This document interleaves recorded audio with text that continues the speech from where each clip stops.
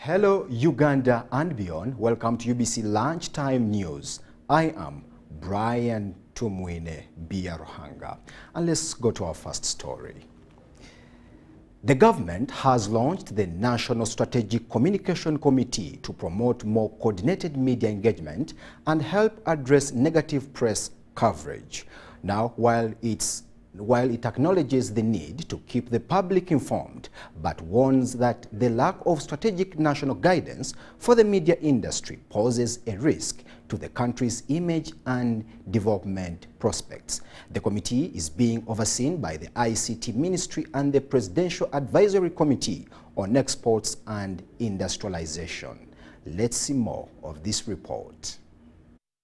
I'll give you a statistic that you probably have heard, but it's true and it's quite unfortunate, that over 80% of journalists in Uganda earn less than 1 million shillings. So this puts them in the context of being either sometimes compromised, yeah, or if they are sticking to their true values of journalism, then sometimes they are left to mirror the society that they see. It's true that journalism will not always tell only the good, because telling the good alone, then what happens when there is bad? Then for me now, I want to understand, how is this committee going to help us address the factual gaps that do exist? I think for government, we need to have dedicated teams online that this committee perhaps will talk to. Our GCOF people sometimes are understaffed. I know Emma probably works with less people than he wants, and so on and so forth. But there needs to be, in terms of resourcing, we need to get a team that deals with social media, like literally just going through every day as they deal with the mainstream, media, newspapers and so on and so forth, so that then we feed each other in real time.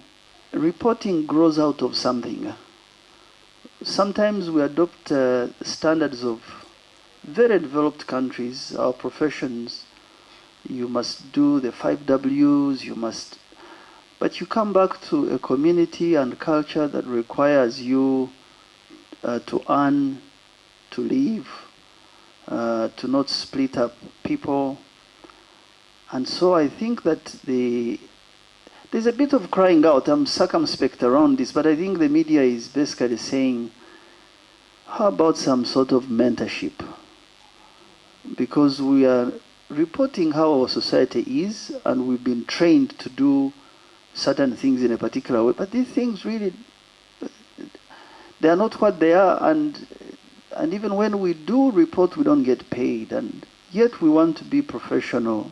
Personally, I have been on the drive to kind of sensitize these young people. The problem of communication does not come from government alone. We have to educate the whole population on how to communicate, on how to brand the government and country. Not, when you say government, then they say, it is government. But how to brand the country, how to dress up our country, how do we talk about it? 3, 2, 1.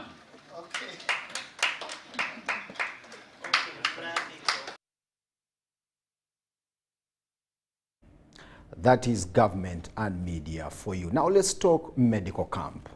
Now, Lieutenant Colonel retired Dr. Damian Kato Aboki has organized a free medical camp in Bukondo, Wakiso district, where over 200 people will receive treatment and be screened for various conditions.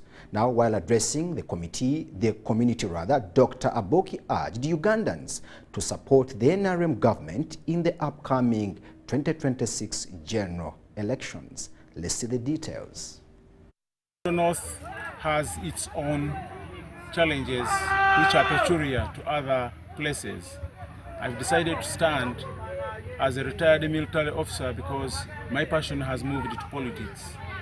I would like to assure you that we started medical camps in order to help the community. We shall continue offering medical camps because the community is needy. They lack medical facilities because some of the healthy facilities around are not enough and the population is big. We have found that the majority have malaria-related cases, backache, dental, eyes, and our doctors from PLOU have helped us to support my cause. It has been an offer to the community because I have to offer them the little I have such that the community is safe. I cannot pretend to be a leader who is leading a community that is sick. I have to try to also work with the government such that the programs